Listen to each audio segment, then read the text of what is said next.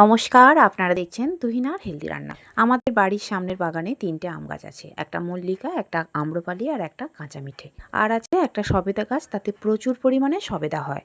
আম যখন প্রথম ধরেছিল সেই সময় একদম বৃষ্টি হচ্ছিল না কয়েকদিন, তাই তখন আমাদের সমস্ত আম ঝরে পড়ে গিয়েছিল। আম্রপালি গাছে তো একটাও আম নেই, কাঁচা মিঠে গাছে আর মল্লিকা গাছে অল্প কিছু আম আছে।